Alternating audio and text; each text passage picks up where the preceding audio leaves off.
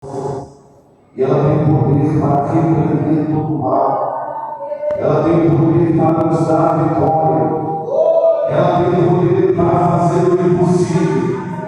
Eu não sei a situação que você entrou aqui nesta noite, mas eu tenho certeza que o Deus de Israel ele vai manifestar o poder dele agora na sua vida. Se tu crê assim, levanta as mãos bem alto e dá glória a Deus. Pega a sua Bíblia, sabe? No livro de 2 Reis,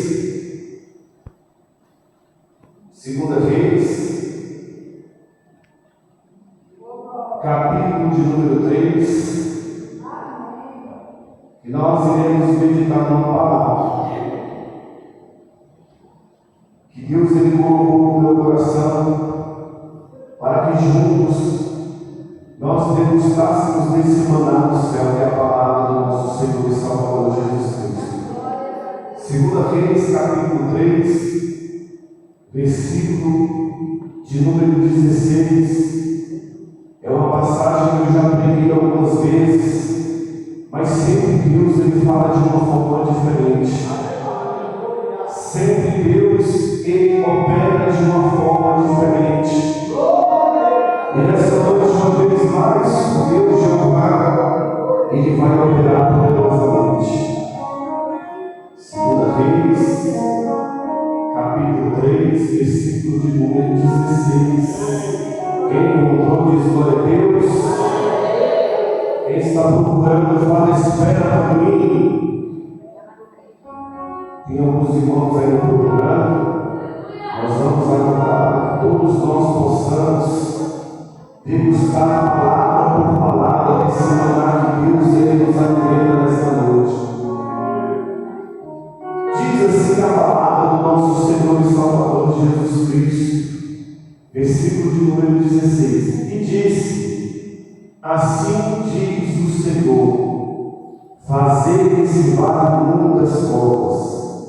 Em algumas Bíblias vai dizer muitas cisternas, porque assim diz o Senhor: não vereis vento, não vereis chuva, todavia esse vale se encherá de tanta água que bebereis vós, o vosso gado e os vossos animais.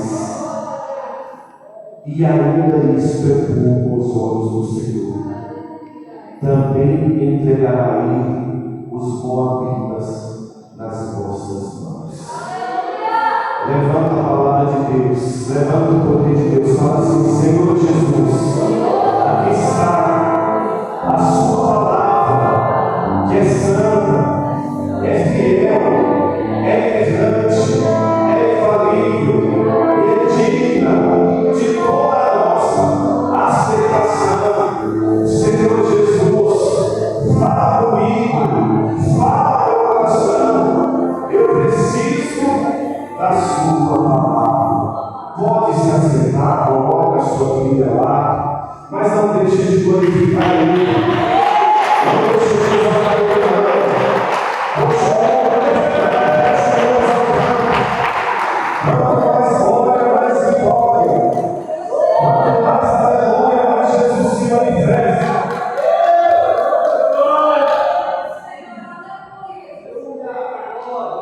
A Bíblia Sagrada está repleta de mensagens a qual Deus ele manifesta poderosamente o seu poder e a sua glória.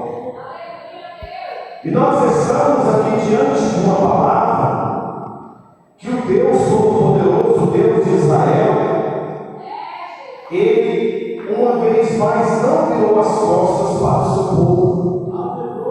Em um momento de aflição, aonde os israelitas eles precisavam de uma manifestação do Deus de Israel, Deus mais uma vez ele não desampara o seu povo.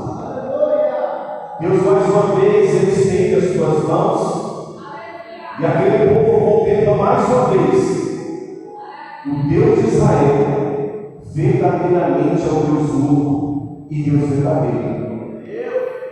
A Bíblia nos começa, irmãos, no 2 Reis, logo no capítulo 1, Ela vai nos dizer que logo após a morte do rei Acabe, o seu filho Acasias, ele recebe o trono.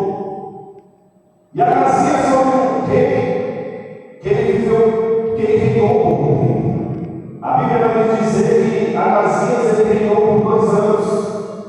E num certo dia, Acasias ele cai, ele leva uma queda pelas grades do seu quarto.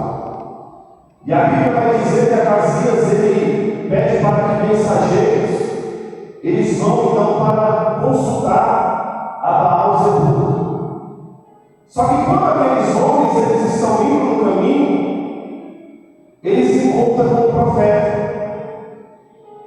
E por conta dessa rebeldia de Acasias, o Senhor vai dizer para ele: da cama que tu subistes não descerás, mas sem falta morrerá. Então ali se encerra o reinado do rei Acasias. E quando ele não tinha filhos, a Bíblia vai nos dizer que seu irmão Jorão assumiu o trono. E Jorão, diferente do seu pai, ele destruiu todos os altares de Baal em Israel. Só que ele continuou a idolatria, porque ele continuou aos bezerros de ouro criados por Jeroboão. Quando Deus ele dividiu ali o reino de Israel em reino do sul e reino do norte. Então, Jorão também não era um rei que era bem visto ao nome de Deus. E no tempo de Acabe, os moabitas, eles negociavam com Israel. Eles negociavam gado. E eles pagavam tributos aos israelitas. Só que a Bíblia vai dizer que após a morte do rei Acabe, os moabitas se rebelaram contra Israel. E eles não queriam mais pagar os tributos. Então, o rei Jorão, ele vai ao reino de Judá, o rei Josafá, e fala: olha, os moabitas, eles se rebelaram contra mim. Os moabitas, eles se rebelaram contra Israel. Quero saber, Josafá, se você vai aprender comigo contra esse povo. E o rei Josafá, que era homem de Deus, ele fala para Jorão: o meu povo será o seu povo, os meus cavalos serão os seus cavalos. E a Bíblia diz que eles naquele momento determinam por qual caminho nós iremos lutar com os moabitas. E eles determinam que eles não lutar contra os moabitas no mar. E a Bíblia vai dizer que eles preparam os animais, eles preparam os soldados para uma longa jornada. Então aqueles homens eles começam a caminhar. E passa o primeiro dia, o segundo, o terceiro, o quarto, o quinto, o sexto. No 7º dia, acaba. E eles agora estão numa situação de total desespero. Porque sem água eles não podem prosseguir. Mas eles também não podem retornar. Se eles prosseguirem, eles morrem. E se eles permanecerem, se eles regredirem, também eles morrem. Eles erraram o cálculo. Muitas das vezes, nós erramos o cálculo também. Muitas das vezes, nós colocamos os nossos projetos tudo direitinho no papel. Mas quando vai final do projeto, nós percebemos que nós erramos o cálculo. E por isso, algo dá errado. E a Bíblia vai dizer que eles estão agora numa situação de total desespero. E o rei Jorão, que é um homem rebelde, ele olha ali para o rei Josafá, olha também para o rei Edom, que estava com ele nessa batalha, e ele fala da seguinte forma: eu entendo o que Deus, Jeová, o Deus de Israel, está fazendo conosco. Ele nos trouxe nesse vale para nos punir. Ele nos trouxe nesse vale para tirar a nossa vida. O homem que não tem a direção de Deus, ele sempre toma decisões precipitadas. Jorão ele não tinha visão.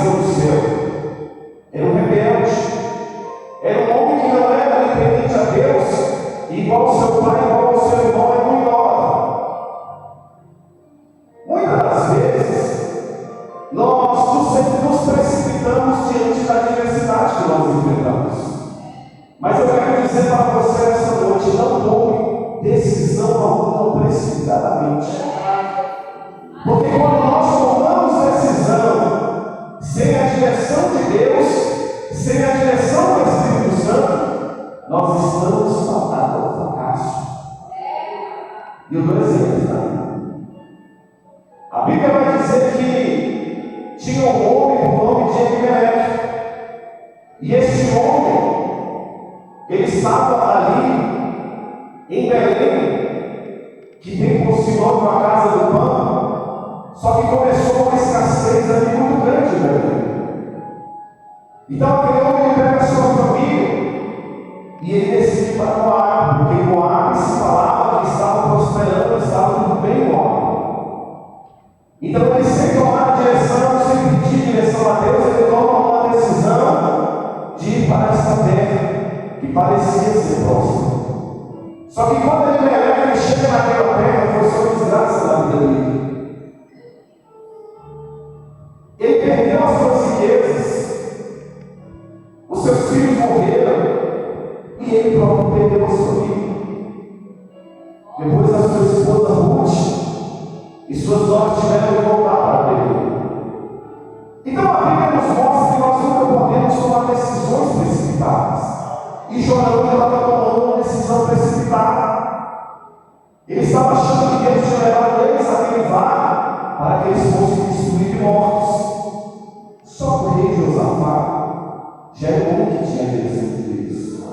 E o rei Josafá acaba com a situação e fala: não, calma. Nós não podemos pensar que Deus nos trouxe nesse vale para ele tirar a nossa vida. Não. Deus não falou nada disso aqui. Vamos pedir a direção de Deus. Então ele chamou o profeta Eliseu. O profeta Eliseu, então, ele chega ali naquele vale e ele fica agonizado diante de tanta incredulidade. Ele fica ali apreensivo porque as pessoas que ali estavam naquele campo de batalha, elas estavam focando no problema e não estavam focando na solução do problema. E quando Eliseu chega naquele campo de batalha, a Bíblia vai nos dizer nos capítulos 12, 13 e 14 que ele começa uma discussão ali com Jorão, falando para ele que ele só estaria ali naquela guerra por conta de Josafá, que era o homem de Deus. E Eliseu fala: olha, desde o momento que eu cheguei aqui, eu só vejo vocês falando que Deus trouxe-nos para morrer esse vale, que Deus vai matar, que Deus vai fazer isso, que Deus vai fazer aquilo. Mas eu não vi um músico, eu não vi um tangedor. Porque Eliseu, ele é um homem que conhecia Deus. E como Deus ainda não havia falado dele, ele conhecia o Deus que servia, mas Deus ainda não havia revelado nada para ele. Mas ele conhecia o Deus de Israel, conhecia. E ele fala então: desde o momento que eu cheguei aqui nesse vale, vocês só falam de morte, vocês só falam de destruição, vocês só estão falando que Deus vai punir, que Deus vai fazer isso, que Deus vai fazer aquilo. Mas o que a Bíblia ela nos ensina é que Deus, como poderoso de Israel, Ele não abandonou o teu servo mesmo no meio da maior adversidade, mesmo no meio do vale. Então o profeta Eliseu ele fala: traga aqui um músico, porque o profeta Eliseu ele sabia que quando Deus era louvado, que quando levantava o louvor, Deus ele manifestava a sua glória. Então eles trazem ali um músico. Eles trazem ali um tangedor. E a Bíblia vai dizer que no momento que aquele homem ele começa a louvar a Deus, as mãos do Senhor Jeová vai sobre aquele vale. As mãos do Deus Todo-Poderoso manifesta sobre Eliseu que estava naquele vale. Então Deus ele usa a boca do profeta e diz assim: diz o Senhor, fazei este vale muitas cisternas, porque assim diz o Senhor: não vereis vento, não vereis chuva, todavia esse vale se encherá de tanta água, que beberei vós, o vosso gado e os vossos animais.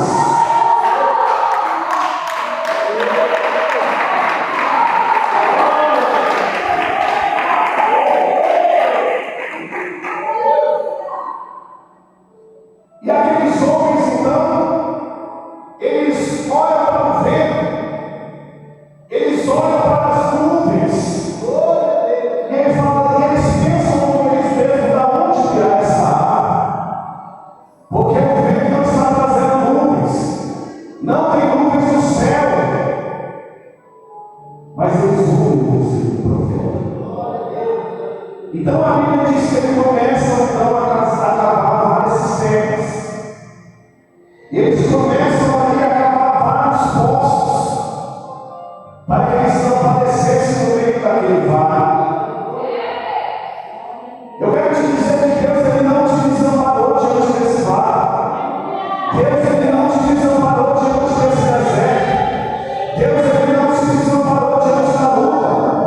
Talvez você olhe e os ventos não estão bons. Eu não estou presenciando que vai cair chuva, mas Deus ele está falando nessa palavra. E se você ele vai mandar tanta água, ele vai mandar tanto poder, ele vai mandar tanta glória, ele vai manifestar a presença dele na tua vida. Ele vai transformar o teu céu, porque ele está falando nessa palavra. Ele fica na hora para dificuldade, não olha para o vale, não olha para a diversidade, não olha para o seu inimigo, não foque no problema, foque na solução. E eu sou o Senhor Deus, a solução do seu problema. Você sabe qual é o grande problema de nós hoje? É porque muitas das vezes nós esquecemos do Deus grande que opera na nossa vida. Tem muitas situações que nós, muitas das vezes, nos desesperamos. Tem muitas situações que, muitas das vezes, nós não enxergamos uma solução, confiando muitas das vezes no nosso intelecto, confiando muitas das vezes na nossa força, confiando muitas das vezes em nós mesmos. Mas todo homem que ele confia em si mesmo, ele está fadado ao fracasso. Porque o homem ele não pode controlar os seus dias. O homem ele não tem poder, ele não tem uma visão para tomar decisões sensatas. Por isso que nós devemos tomar toda a direção na mão do Deus Todo-Poderoso. Por isso que nós devemos confiar toda a nossa vida nas mãos desse Deus. Você acha que você chegou aqui como? Você acha que foi o seu intelecto? Você acha que foi a sua sabedoria? Você acha que foi porque você é uma pessoa diferente das outras? Ei, eu quero te dizer uma coisa. Se Deus ele não abençoa o homem, se Deus ele não prospera o homem, não adianta força, não adianta intelecto, não adianta nada. Mas se você confia em Deus, Deus ele faz maravilhas na nossa vida. Deus ele opera por